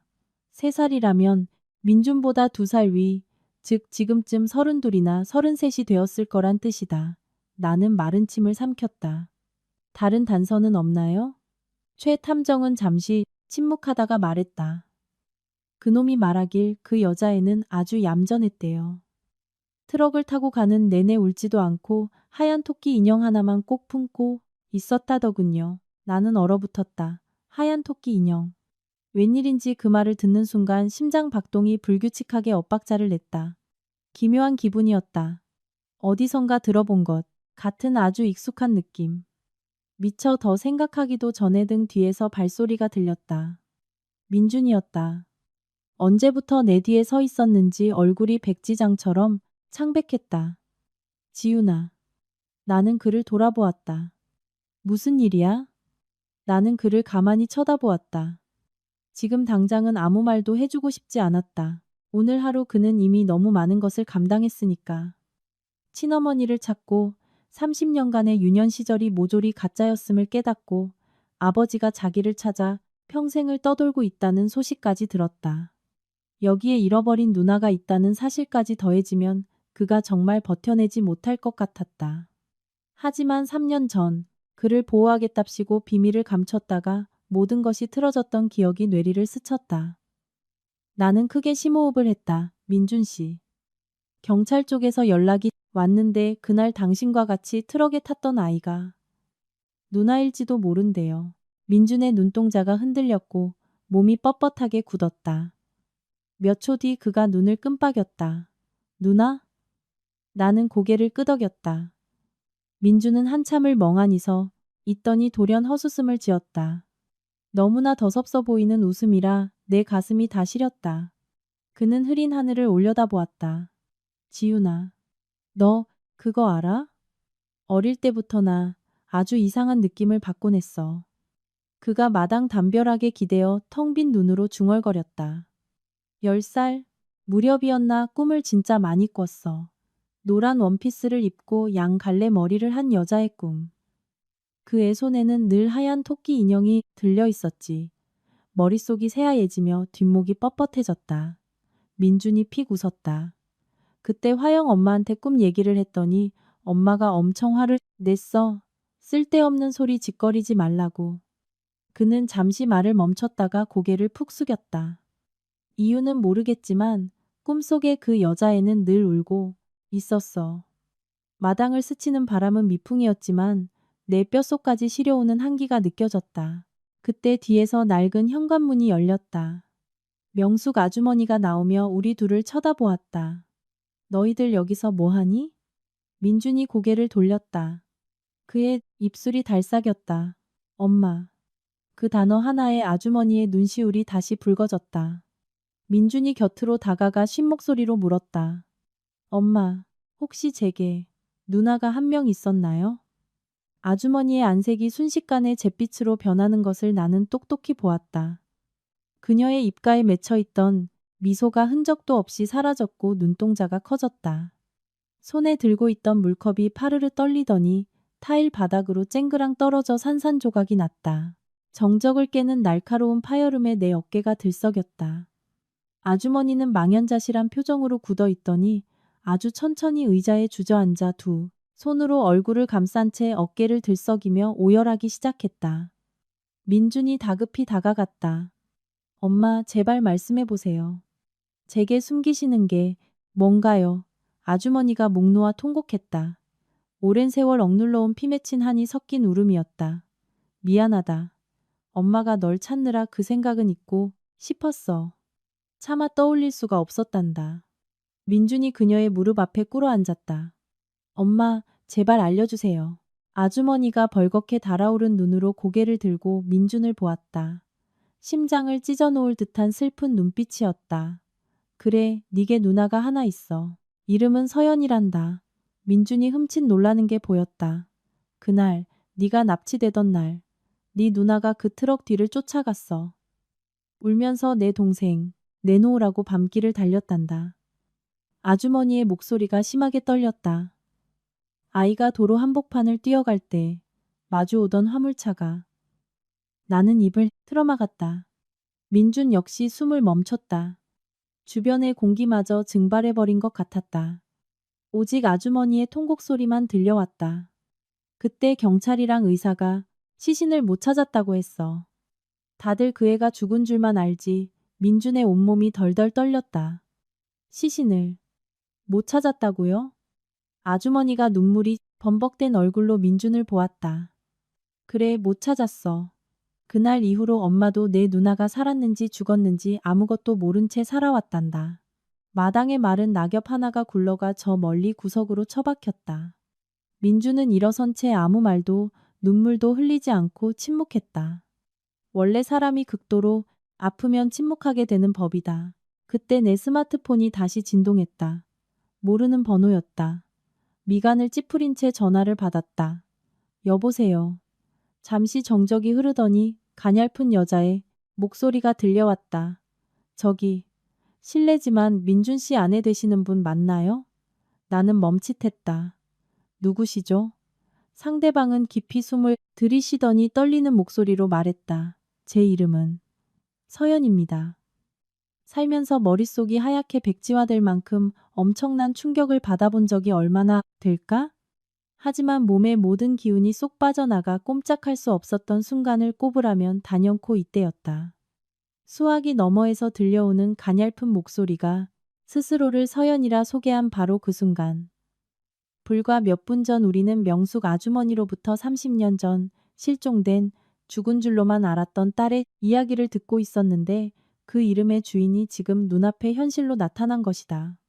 이 모든 상황이 너무 생생해서 믿어야 할지 아니면 두려워해야 할지 종잡을 수 없었다. 나는 폰이 부서져라 꽉 쥐었다. 방금 뭐라고 하셨죠? 상대방은 잠시 침묵했다. 그녀 역시 몹시 긴장한 듯했다. 제 이름은 서연이에요. 너무 이상하게 들린다는 거 알아요. 저도 확실치 않지만 여자의 목소리가 갑자기 메어왔다. 제가 제 남동생을 찾고 있는 것 같아서요. 나는 얼어붙었다. 곁에서 민준과 아주머니가 나를 쳐다보고 있었다. 내 안색이 창백해진 것을 본 민준이 다가왔다. 지훈아. 나는 마른 침을 삼키며 입술을 바르르 떨었다. 민준 씨, 내 생각엔 당신 누님이 전화하신 것 같아.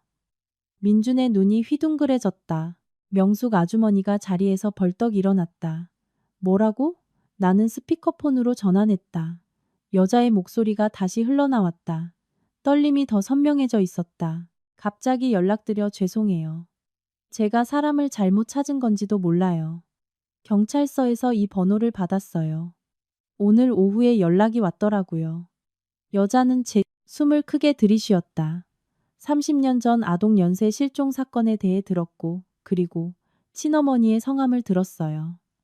작은 집 아는 쥐, 죽은 듯 고요했다. 아주머니는 미동조차 하지 않은 채 서 있었고, 두 눈은 빨갛게 충혈되어 있었다. 민준도 나도 입을 열지 않았다. 지금 누구도 이 기적 같은 순간을 방해할 엄두를 내지 못했으니까. 여자가 말을 이었다. 저는 어렸을 때부터 제주도에서 자랐어요. 양부모님이 절거도 키워주셨죠. 워낙 잘해주셔서 전 제가 친딸인 줄만 알고 자랐어요. 그런데 작년에 목소리가 돌연 잠겼다. 양어머니가 중병에 걸리셨는데 돌아가시기 직전에 제가 친딸이 아니라고 하셨어요. 민준의 주먹이 하얗게 질리도록 꽉 쥐어졌다. 전 친엄마가 누구냐고 물었죠. 양어머니는 우시기만 하다가 제게 작은 상자 하나를 주셨어요. 심장이 거세게 뛰었다. 상자. 인생의 중요한 이야기에는 항상 낡고 오래된 상자가 등장한다. 사람들이 평생 숨기고 싶어하는 건돈이나 금덩이가 아니라 바로 그 안에 담긴 기억, 고통 그리고 진실이기 때문이다. 여자는 계속 말했다. 그 상자 안에는 하얀 톡 인형이 들어 있었어요. 순간 민준이 헉하고 숨을 들이켰다. 온몸이 뻣뻣해졌다. 하얀 토끼. 브로커가 언급했던 그 인형이자 민준이 어릴 적 꿈속에서 보았던 바로 그 인형이었다. 나는 그의 핏기 가신 얼굴과 붉어진 눈, 덜덜 떨리는 입술을 보았다. 그리고 또 하나 서연이라는 두 글자가 새겨진 낡은 은목걸이가 있었어요. 말이 채 끝나기도 전에 명숙 아주머니가 소파에 풀썩 주저앉으며 두 손으로 얼굴을 파묻고 오열했다. 내 새끼. 내 딸아. 민준이 즉시 아주머니 곁으로 다가가 무릎을 꿇었다. 엄마, 아주머니는 계속 고개를 끄덕이며 통곡했다. 기억나. 그 애가 새처럼 자유롭게 자라길 바라서 서연이라고 지었지. 그 은목걸이. 내가 직접 가서 새겨준 거였어. 아주머니는 숨이 넘어갈 듯 울었다. 나는 민준을 쳐다보았다. 나는 그런 눈빛을 본 적이 없다. 오랫동안 칠흑 같은 어둠 속에 서 있다가 갑자기 빛을 발견했지만 손을 뻗으면 그 빛마저 환영처럼 사라질까봐 극도로 두려워하는 눈빛이었다. 민준이 떨리는 손으로 폰을 가져갔다. 너무 떨어뜨릴 뻔할 정도였다. 그는 폰을 귀에 대고 한참을 묵묵히 있다가 쉰 목소리로 불렀다. 누나. 수화기 너머는 적막했다. 1초, 2초, 3초. 그리고 돌연 억눌렸던 울음이 터져나왔다. 가슴을 후벼 파는 애끓는 울음이었다. 네가 정말 내 동생 민준이니? 민준은 고개를 푹 숙인 채 눈물을 뚝뚝 흘렸다. 내 가슴도 저려왔다. 그는 지금 30살 먹은 가장이 아니라 자기 가족을 갓 되찾은 어린아이에 불과했으니까. 수화기 넘어 서연이 오열하며 말했다. 너 아니? 누나가 지난 30년 동안 꿈에 늘 어떤 남자아이를 봤어. 날 계속 부르는데 도무지 얼굴이 보이지 않더라. 민주는 아무 말도 하지 못한 채 어깨만 들썩였다. 명숙 아주머니도 통곡했고 집안은 온통 울음바다로 변했다. 나는 가만히 그들을 지켜보며 눈시울을 붉혔다. 늦게 찾아온 재회지만 아무리 늦었어도 그 가치는 말로 다할 수 없었다. 모든 것이 마침내 제자리를 찾아가는 듯했다. 30년의 고통 끝에 이 가족이 마침내 서로를 보듬게 되었다고 안도했다. 그런데 바로 그때 수학이 넘어 서연 누님이 아주 작은 목소리로 덧붙였다. 민준아, 한 가지 짚고 넘어가야 할 게 있어. 민준이 눈물을 닦으며 물었다. 뭔데, 누나? 잠시 무거운 침묵이 흐르더니 그녀가 조심스레 입을 열었다. 돌아가신 양어머니가 그러셨어. 날, 길가에서 주웠던 그날, 내 옆에 갓난아기가 한 명 더 있었다고. 내 온몸에 피가 차갑게 식는 기분이었다. 민준이 고개를 번쩍 들었다. 남자아이? 여자아이? 서연 누님이 숨을 깊게 들이쉬더니 또박또박 대답했다. 남자아이였어. 인생이란 건 마치 잔잔한 호수 같은 법이다. 아무 일 없이 고요하다가도 갑자기 커다란 바위가 연달아 떨어지면 파장이 미쳐 가라앉기도 전에 다른 파장이 일어 뭐가 진짜고 가짜인지, 이게 슬픈 일인지 기쁜 일인지 종잡을 수 없게 만들어버린다. 지금 내 심정이 딱 그랬다. 불과 이틀 만에 민주는 평범한 가정의 아들에서 양부모의 입양아로, 친어머니를 찾은 아들로, 잃어버렸던 누나를 찾은 동생으로 롤러코스터를 탔다. 그런데 이제 그날 서연 누나 곁에 알 수 없는 남자아이가 하나 더 있었다는 미스터리가 등장했다. 마치 실타래를 간신히 다 풀었다고 생각했는데 그 밑에 엉망으로 꼬인 또 다른 실타래가 숨겨져 있었던 꼴이었다. 작은 집 안에는 또다시 적막이 감돌았다. 나는 민주는 허공을 응시했다. 아주머니는 붉게 달아오른 눈으로 앉아 있었고 테이블 한가운데 노인폰은 스피커폰 상태로 켜져 있었다. 수학이 넘어 서연 누나도 아무 말이 없었다. 숨이 막힐 듯한 무거운 침묵.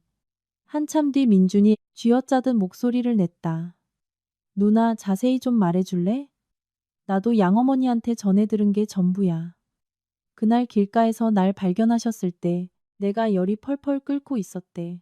내 옆에 남자아이가 하나 있었는데 비가 너무 많이 와서 날 먼저 안고 뛰셨다는구나. 민준의 주먹이 바르르 떨렸다. 그 아기 얼굴은? 기억 안 나신데? 얼굴은 기억 안 나지만 빨간색 털 스웨터를 입고 목에는 옷구슬 목걸이를 걸고 있었다고 하셨어.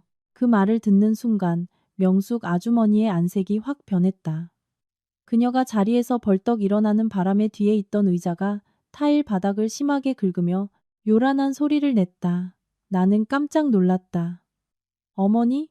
아주머니는 넋이 나간 듯 파르르 떨리는 입술로 고개를 미친 듯이 내저었다. 아, 아니야. 그럴 리가 없어.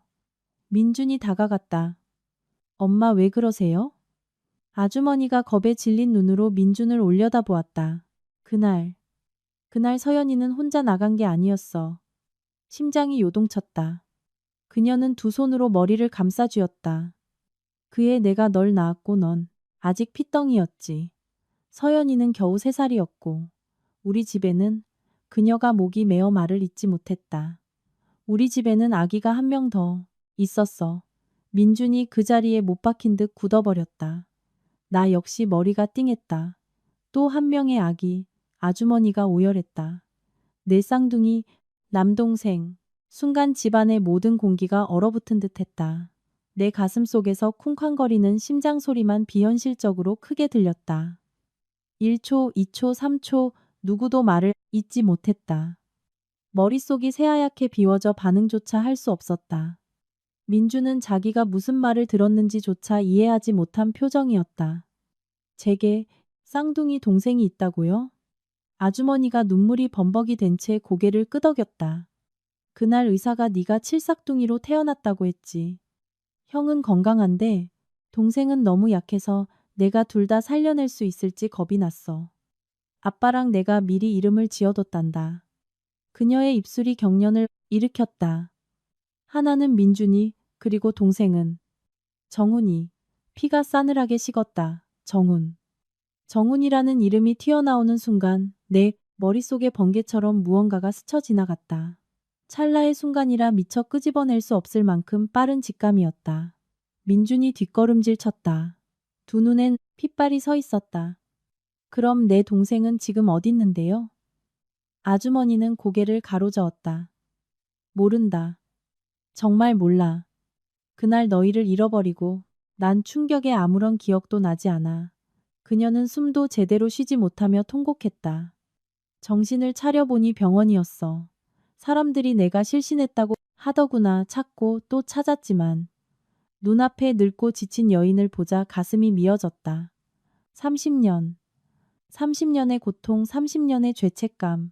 모든 걸 잃었다고 체념하고 살았는데 어딘가에 자기 자식이 한 명 더 살아있을지도 모른다는 사실을 방금 깨달은 어머니의 심정을 누가 감히 짐작할 수 있을까? 그때 최 탐정에게서 다시 전화가 걸려왔다. 나는 얼른 전화를 받았다. 지윤 씨, 이번엔 그의 목소리가 더 다급했다. 지금 어디 있습니까? 명숙 아주머니 댁에요. 지윤 씨, 그가 거칠게 숨을 몰아쉬었다. 민준 씨의 옛날 서류들 아직 가지고 있죠? 네. 지금 당장 출생증명서 뒷면을 확인해 봐요. 나는 허겁지겁 가방에서 서류 뭉치를 꺼내 미친 듯이 종이를 넘겼다. 심장이 터질 것 같았다. 출생증명서를 뒤집는 순간 동작이 멎었다. 서류 뒷면 구석에 파란색 볼펜으로 아주 작게 적힌 글씨가 있었다. 예전에는 대수롭지 않게 여겨 무심코 지나쳤던 글귀. 나는 떨리는 목소리로 그 글귀를 읽었다. 이번 남아 머리가 멍해졌다. 손끝이 덜덜 떨려왔다. 민준이 나를 보았다. 지윤아. 고개를 든 내 얼굴에 서린 공포를 본 그가 다가왔다. 이 순간 나를 불길하게 만들었던 퍼즐 조각이 마침내 맞춰졌다. 나는 입술을 파르르 떨며 민준을 바라보았다. 민준 씨, 혹시 그 브로커 이름이 나칙지 않았어? 민준이 나를 보았다. 나는 마른 침을 꿀꺽 삼켰다. 그 브로커 이름, 강명철의 본명이 김정훈이래. 집안의 모든 소리가 증발해버린 듯 완벽한 정적이 찾아왔다. 방 안에 산소마저 다 빠져나간 듯 숨쉬기조차 힘들었다. 민주는 눈을 부릅뜬 채 망부석처럼 서 있었다. 그의 입술이 미세하게 달싹이더니 아주 느릿하게 고개를 가로저었다. 말도 안 돼. 하지만 바로 그 순간 폰 너머로 최 탐정의 말이 비수처럼 날아와 꽂혔다. 내 온몸을 서늘하게 만드는 한마디였다. 경찰 쪽에서 최종 확인했습니다. 회색 셔츠를 입은 남자 강명철의 호적상 진짜 본명은 김정훈입니다. 영화나 드라마에서나 나올 법한 이야기라면 다들 억지스럽고 자기적이라며 욕을 할 것이다. 하지만 현실은 때때로 픽션보다 더 기이하고 잔인하다. 반듯한 직선인 줄 알았던 길 끝에서 전혀 예상치 못한 샛길이 열리고 그 길이 시궁창으로 연결되어 있음을 발견하는 것처럼 지금 내 앞에 현실이 딱 그랬다. 60대 브로커 남자의 본명이 김정훈이라는 사실은 내 머릿속에 수백 개의 깨진 유리 조각이 회오리치게 만들었다. 낯설면서도 너무나 익숙한 이름. 내 심장을 조금씩 얼어붙게 만드는 이름. 아무도 입을 열지 못했다. 명숙 아주머니는 의자에 주저앉아 붉어진 눈으로 허공을 보고 있었고 민주는 창틀에 두 손을 기댄 채 등지고 서 있었다. 서연 누나는 여전히 전화 너머로 침묵을 지켰다. 최 탐정이 말을 이었다. 지윤 씨 듣고 있습니까? 네. 놈이 한 가지 더 자백했답니다. 나는 폰을 부서져라 꽉 쥐었다. 무슨 자백이요? 최 탐정이 훅 한숨을 쉬었다. 그놈은 자기가 직접 아이들을 유괴한 게 아니라 운반만 담당했다고 하더군요. 그런데 그의 짐칸에 탔던 수많은 아이들 중에서 유독 잊히지 않는 녀석이 하나 있었대요. 나는 민준의 등판을 바라보며 손바닥이 차갑게 젖어드는 것을 느꼈다. 그 아이가 내내 자기 동생의 이름을 부르며 울었다더군요. 피가 거꾸로 솟는 기분이었다. 침이 꼴깍 넘어갔다. 무슨 이름이요? 수화기 너머로 잠시 침묵이 흐르더니 아주 느리고 묵직하게 그 이름이 흘러나왔다. 정훈아. 쩌렁하는 소리와 함께 민준이 탁자 위 유리컵을 바닥으로 쳐서 떨어뜨렸다. 산산조각이 나며 파편과 물이 튀었지만 그는 쳐다보지도 않았다. 창백하게 질린 그의 얼굴, 부들부들 떨리는 입술. 그럴 리가 없어. 그가 무슨 생각을 하는지 나도 알 수 있었다. 민준과 그 잃어버린 아이가 쌍둥이이고 그 아이의 이름이 정훈이며 저 브로커 남자의 본명이 김정훈이라면 이 모든 게 소름 끼치는 우연일까? 아니면 차마 그 너머를 상상할 수가 없었다. 민준이 공황 상태에 빠진 눈으로 나를 돌아보았다. 지윤아, 너도 지금 나랑 같은 생각 하는 거지? 나는 대답하지 못했다. 입 밖으로 꺼내는 순간 돌이킬 수 없는 현실이 될 것 같았으니까. 그때 명숙 아주머니가 자리에서 벌떡 일어났다. 아니야, 아닐 거야. 다들 대체 무슨 소리를 하는 거야? 그녀는 충혈된 눈으로 우리를 번갈아 보며 부정했다. 네, 아들이 그런 파렴치한 놈으로 자랐을 리가 없어. 절대 아니야. 민준이 다가갔다. 엄마, 저 딱 하나만 여쭤볼게요. 목소리는 작았지만 억지로 이성을 붙잡으려는 처절함이 묻어났다. 엄마, 제 동생. 기억나는 신체적 특징 같은 거 없어요? 명숙 아주머니는 가만히 서 있더니 천천히 의자에 앉아 30년 전의 기억을 더듬듯 멍한 눈으로 허공을 보았다. 그 아이는 오른쪽 눈꼬리 바로 밑에 작은 점이 하나 있었어. 민준이 우뚝 멈췄다. 나도 얼어붙었다. 3년 전 사건을 조사하며 몰래 찍었던 강명철. 아니, 김정훈의 사진이 떠올랐기 때문이다.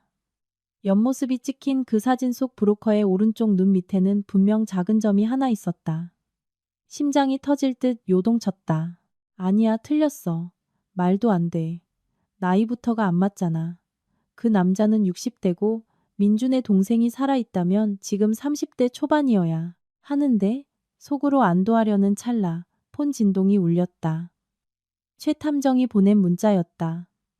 덜덜 떨리는 손으로 문자를 확인했다. 강명철의 호적, 초본 사진이었다. 본명, 김정훈 출생연도 1964년, 특이사항 20년 전 연락 두절된 양아들 하나 있음. 마지막 줄을 읽는 순간 불안감이 나를 집어삼켰다. 양아들. 알 수 없는 불길함에 심장이 거세게 뛰었다. 나는 민준에게 폰을 내밀었다. 문자를 읽어내려가던 그의 눈이 커다랗게 치켜떠졌다.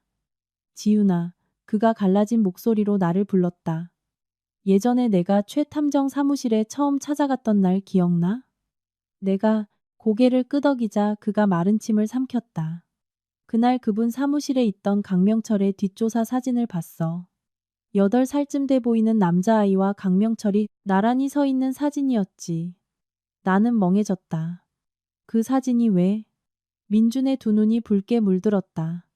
그 남자아이가 나랑 똑같이 생겼었어. 집 안이 쥐죽은 듯 고요해졌다. 정수리부터 짜릿한 소름이 뻗쳐나갔다. 민준과 똑같이 생겼다. 그제야 깨달았다. 민준과 닮은 게 아니라 일란성 쌍둥이라면 당연히 거울을 보듯 똑같이 생겼을 것이다. 바로 그때 담당 형사에게서 전화가 걸려왔다. 내가 전화를 받자마자 다급한 목소리가 들렸다. 지훈 씨, 방금 CCTV를 확인했는데 강명철 그놈이 조사실에서 도주했습니다. 나는 경악했다. 네. 형사의 목소리는 더욱 긴박해졌다. 그리고 도망치기 전에 놈이 압수물 중에 사진 한 장을 훔쳐갔습니다. 내 심장이 덜컥 멈췄다. 무슨 사진이요? 1초의 침묵 뒤에 형사가 대답했다. 8살쯤 되어 보이는 남자아이 사진입니다. 사람은 감당할 수 없는 진실 앞에 서면 손을 뻗어 확인하려 들지 않는다. 몰라서가 아니라 살짝만 건드려도 마음속에 아슬아슬하게 버티고 있던 마지막 둑이 무너져 내릴까 두렵기 때문이다. 쩍쩍 갈라진 금이 가득한 벽에 마지막 충격을 가하는 것과 같으니까. 지금 민준이 딱 그 꼴이었다. 작은 거실 한가운데 서서 내 손에 들린 폰 화면, 즉 도난당한 사진에 대한 문자를 뚫어지게 응시하고 있었지만 그의 시선은 모든 것을 통과해 자신조차 알 수 없는 머나먼 심연을 향해 있는 듯했다. 아무도 입을 열지 않았다. 아주머니는 치맛자락을 꽉 쥔 채 앉아 있었고 서연 누나의 전화는 이미 끊어져 있었다. 나는 민준을 안타깝게 지켜보았다. 그 마음을 너무나 잘 알 것 같았다. 폭풍우처럼 쏟아지는 사실들 앞에서 사람의 뇌는 스스로 마비 스위치를 누른다.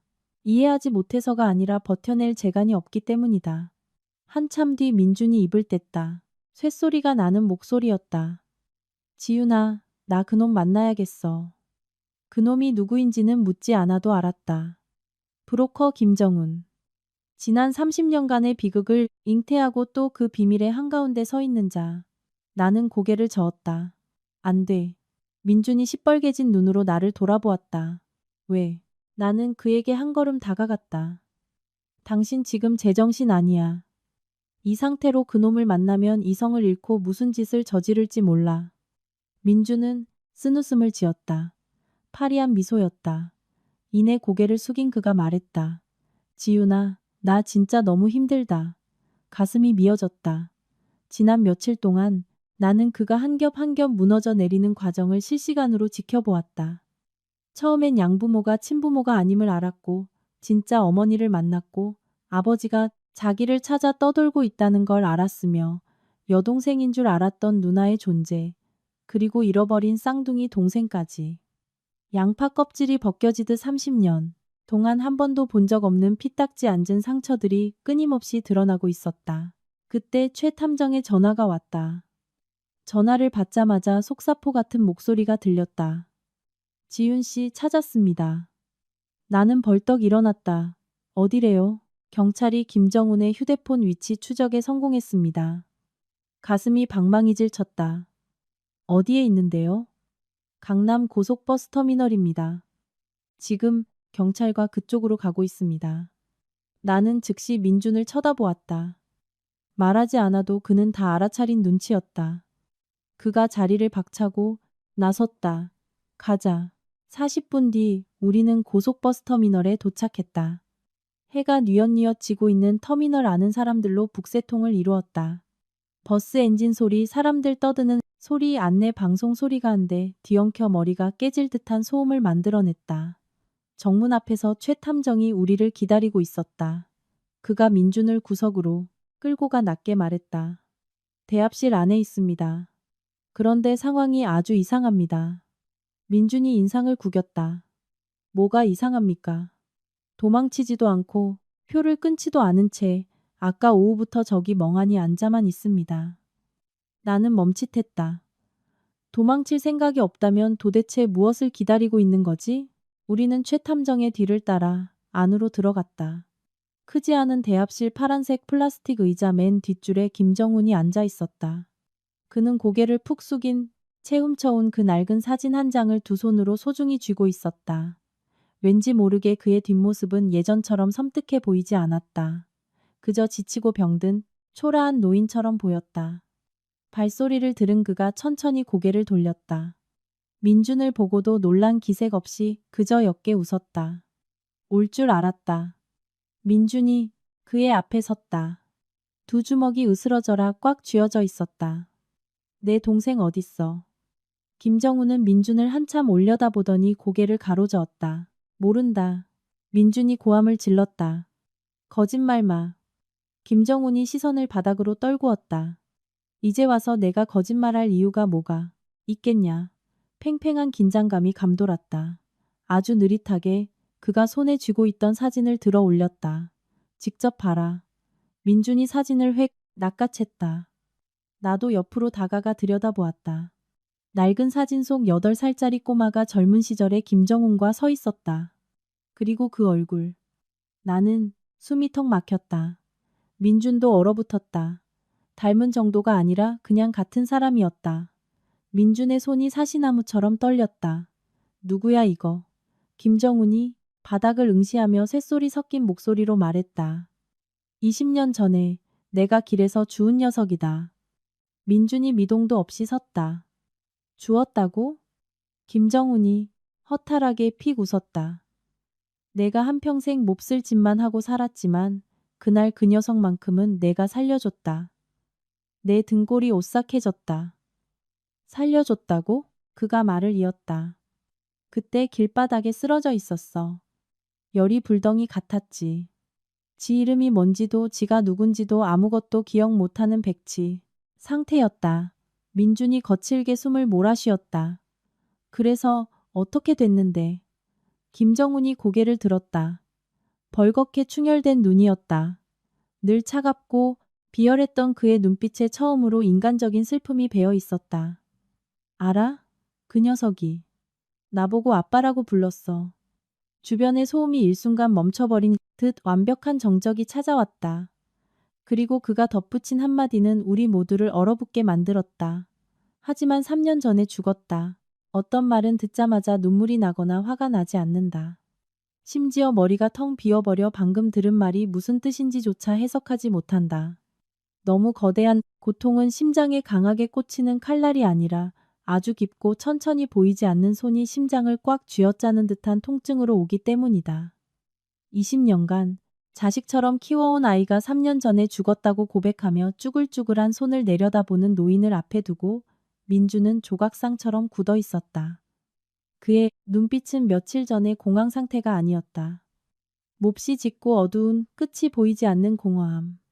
수십 킬로미터를 걸어 마침내 찾고자 했던 목적지에 도달했지만 그곳엔 차가운 잿더미만 남아있다는 걸 깨달은 자의 표정이었다. 아무도 말을 꺼내지 못했다. 터미널은 사람들로 북적였지만 내 주변만큼은 지독하게 고요했다. 아주 긴 침묵 끝에 민준이 입을 열었다. 지나가는 버스 소리에 묻혀버릴 만큼 작은 목소리였다. 그 말, 사실이야. 김정우는 처연한 미소를 지었다. 그는 낡아빠진 점퍼 주머니에서 가장자리가 다 해진 지갑을 꺼냈다. 지갑을 열자 작은 증명사진 하나가 꽂혀 있었다. 그는 그것을 민준에게 건넸다. 직접 봐. 민준이 덜덜 떨리는 손으로 사진을 받았다. 나도 조심스레 곁으로 다가갔다. 사진 속에는 20대 중후반쯤 된 건실한 청년이 하얀 셔츠를 입고 푸른 잎사귀 아래서 환하게 웃고 있었다. 그리고 그 얼굴을 본 순간 민준의 목구멍에서 짐승 같은 거친 숨소리가 튀어나왔다. 똑같았다. 정말 거울을 보는 것 같았다. 단 한 군데 오른쪽 눈꼬리 바로 아래에 작은 점이 있다는 것만 빼고는 눈물이 민준의 뺨을 타고 흘러 사진 위로 뚝뚝 떨어졌다. 김정훈이 푹 숙인 고개로 중얼거렸다. 그놈이 내 동생인지 어떤지 난 모른다. 지가 누군지도 몰랐으니까. 어릴 때 머리를 크게 다쳐서 모든 기억을 지워버린 놈이었어. 그의 어깨가 미세하게 떨리기 시작했다. 사실대로 말해주려던 적도 여러 번 있었지만 내 죄가 너무 많아서 차마 입이 안 떨어지더구나. 하지만 지난 20년 동안 난 정말 그놈을 내 친자식처럼 아끼고 키웠어. 또다시 숨막히는 침묵이 흘렀다. 돌연 민준이 털썩 무릎을 꿇고 노인과 눈을 맞추었다. 나는 깜짝 놀랐다. 최탐정도 뒤로 주춤 물러났다. 민준은 핏발선 눈으로 김정훈을 직시했다. 당신을 원망해. 당신이 한 짓들, 우리 가족을 산산조각 낸 짓, 잃어버린 내 30년. 전부 저주하고 원망해. 그의 목이 콱 메어왔다. 사진을 내려다보는 그의 시선이 아프게 흔들렸다. 하지만 고마워. 김정훈이 흠칫 놀라며 고개를 쳐들었다. 만약 당신이 정말 내 동생에게 좋은 아버지였다면, 내 동생을 따뜻하게 키워줬다면, 그건 고마워. 눈앞에 잔뜩 늙어버린 노인이 갑자기 아이처럼 두 손으로 얼굴을 감싸쥐고 엉엉 울기 시작했다. 아마도 지난 30년간 그가 처음으로 진심으로 자신의 죄를 뉘우치며 흘리는 참회의 눈물이었을 것이다. 그로부터 한 달 뒤 모든 사건이 서서히 마무리되어 갔다. 평우와 화영은 30년 전 아동 매매 사실을 묵인하고 범죄에 가담한 혐의로 법의 심판을 받게 되었다. 김정우는 자진해서 모든 남은 혐의를 인정하고 체포되었다. 그는 연행되기 전 민준의 동생 정훈이 남긴 유품이든 작은 나무 상자를 넘겨주었다. 민준이 그 상자를 열자 빛바랜 물건들이 가득했다. 장난감 미니카, 낡은 스케치북, 색이 다 바랜 빨간색 털 스웨터, 그리고 맨 밑바닥에는 편지 한 장이 깔려 있었다. 삐뚤빼뚤한 어린아이의 글씨였다. 아빠가 그랬어. 나한테 쌍둥이 형이 있다고. 나중에 형을 만나면 내가 아이스크림 사줄 거야. 형은 길을 너무 오래 잃어버려서 분명 배가 고플 테니까. 민주는 펑펑 울었다. 이번에는 억지로 참지 않았다. 30년의 잃어버린 시간, 평생 한 번도 보지 못한 쌍둥이 동생, 그리고 이 모든 고통을 견뎌온 자기 자신을 위해 아주 오랫동안 눈물을 쏟아냈다. 그리고 3개월 뒤 민주는 수소문 끝에 친아버지를 찾았다. 아버지는 영정 사진 속 모습보다 훨씬 더 말라 있었고 머리는 백발이 다 되어 있었다. 재회하던 날 두 부자는 아무 말 없이 서로를 껴안고 하염없이 눈물만 흘렸다. 30년의 기다림을 고작 몇 마디 말로 다 담아낼 수는 없는 노릇이니까. 제주도에 살던 서연 누나도 명숙 아주머니 댁 근처로 이사를 왔다. 주말이면 온 가족이 모여 식사를 다 했다. 어느 날 주방에서 밖을 내다보니 아주머니는 환하게 웃고 있고 서연 누나는 민준과 반찬을 두고 티격태격 다투고 있었으며 아버지는 그 곁에서 허허 웃고 계셨다. 마침내 이 집에 사람의 온기가, 진짜 가족의 온기가 도는 것을 보며 나는 가슴이 벅차올랐다. 다만 나는 그 밖에 서 있었다. 그날 밤 민준이 나를 집 앞까지 배웅해 주었다. 돌아서려는데 그가 나를 불렀다. 지훈아. 고개를 돌리니 그의 두 눈이 살짝 붉어져 있었다. 나를 응시하던 그가 입을 열었다. 나 알아. 평생을 갚아도 네게 진 빚을 다 못 갚는다는 거. 처음부터 끝까지 내 곁을 지켜주고 날 포기하지 않은 사람은 너 하나뿐이었어. 나는 옅게 웃었다. 빚은 무슨 그런 소리 마. 그가 나를 깊이 바라보았다. 그럼 우린 어떻게 되는 걸까? 나는 몇 초간 침묵하다 붉은 노을이 깔려가는 초저녁 하늘을 올려다보았다. 어떤 상처는 아물겠지만 시간이 필요하다. 길을 잃은 사람도 결국 집으로 돌아오겠지만 먼 길을 돌아와야만 그 가치를 안다. 나는 그를 보며 미소 지었다. 민준 씨, 일단 집으로 들어가. 우리 일은 천천히 생각하자. 뒤돌아 걷는 내 등 뒤로 그의 웃음소리가 들려왔다. 아주 오랜만에 듣는 한결 가벼워진 웃음이었다. 인생에서 가장 소중한 건 돈이나 명예가 아니라 모든 상실과 방황 끝에 돌아갈 곳이 남아있다는 사실이니까. 오늘의 이야기가 끝난 지금 아마 많은 분들의 가슴 속에 묵직한 여운이 남아있을 것이다. 어떤 이야기는 단지 소설 속 인물이나 사건으로 끝나는 게 아니라 우리 각자의 삶과 묘하게 닮아있어 깊은 울림을 주기 마련이다. 민준, 지훈, 명숙 아주머니, 그리고 30년이라는 세월을 잃어버린 채 살아야 했던 사람들을 보며 우리는 깨닫는다. 이 세상에 쉬운 삶은 하나도 없다는 것을. 누구나 겉으로는 멀쩡해 보여도 보이지 않는 짐을 짊어지고 각자의 아픈 길을 걸어가고 있다. 사람들은 세상에서 가장 중요한 게 돈, 집, 지위처럼 손에 잡히는 것들이라 말한다. 하지만 인생의 끝자락에 다다르면 돈이 아무리 많아도 온 가족이 함께 먹는 따뜻한 저녁 한 끼를 살 수 없고 집이 아무리 넓어도 고독의 빈자리를 채울 수 없다는 것을 깨닫는다. 아무리 성공한 사람이라도 결국 가장 돌아가고 싶은 곳은 문을 열고 들어섰을 때 왔어? 하고 맞아줄 누군가가 이렇게 있는 곳이다. 어떤 이들은 청춘을 다 바쳐 앞만 보고 달린다. 아침에 눈을 뜨면 밥벌이를 걱정하고 밤에 눈을 감을 때도 대출금과 밀린 업무를 생각한다. 그러면서 속으로 다짐한다. 몇 년만 더 고생하자. 조금만 더 여유가 생기면 그때 부모님도 자주 찾아뵙고 전화도 자주 드리고 가족들과 밥도 많이 먹어야지. 하지만 인생은 우리가 그린 설계도대로 흘러가지 않는다. 내가 여유를 찾을 때까지 무한정 기다려주는 것은 아무것도 없다. 미처 전하지 못한 사랑한다는 말 대신 어머니의 머리카락엔 흰서리가 내리고 아직 입 밖에 내지 못한 죄송하다는 말 대신 아버지의 등은 어느새 굽어 있다. 다음해, 다음 달에, 내년에라고 미뤄두었던 수많은 다짐들이 돌이켜보면 다시는 되돌릴 수 없는 소중한 것들을 앗아갔음을 어느 날 불현듯 깨닫게 된다. 부모에게 효도한다는 걸 그저 매달 생활비를 얼마씩 드리고 비싼 선물을 사드리고 좋은 집을 지어드리는 것이라고만 생각하기 쉽다.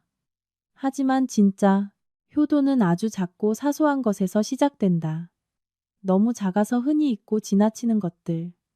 엄마, 오늘 진지는 드셨어? 묻는 안부 전화 한 통.